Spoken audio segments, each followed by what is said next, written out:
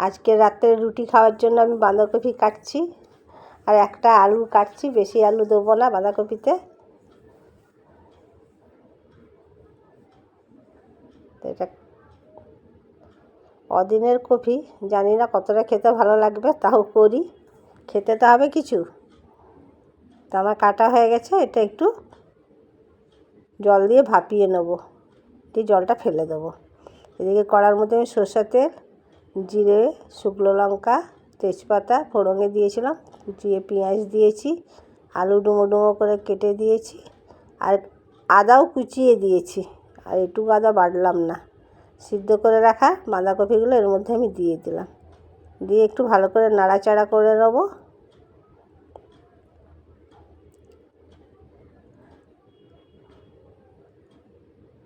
পরিমাণ মতো লবণ, হলুদ,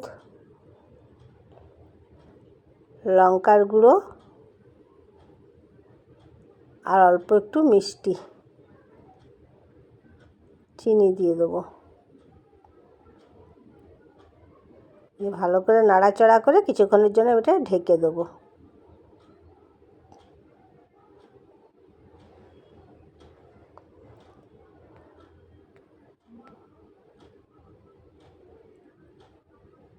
যে জল বেরিয়েছিল সেই জলগুলো সব শুকনো হয়ে গেছে। ভালো করে নাড়াচাড়া করে অল্প একটু গাওয়া ঘি আর গরম মশলা দিয়ে দেবো।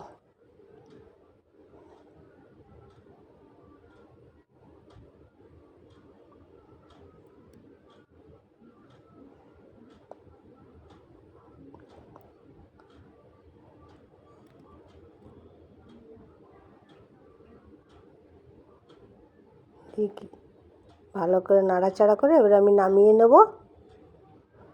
তরকারিটা আমার প্রায় হয়ে গেছে।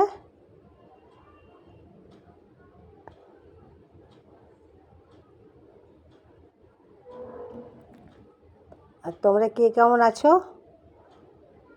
আশা করি তোমরা ভালোই আছো। তো আমি এটা নামিয়ে নিলাম।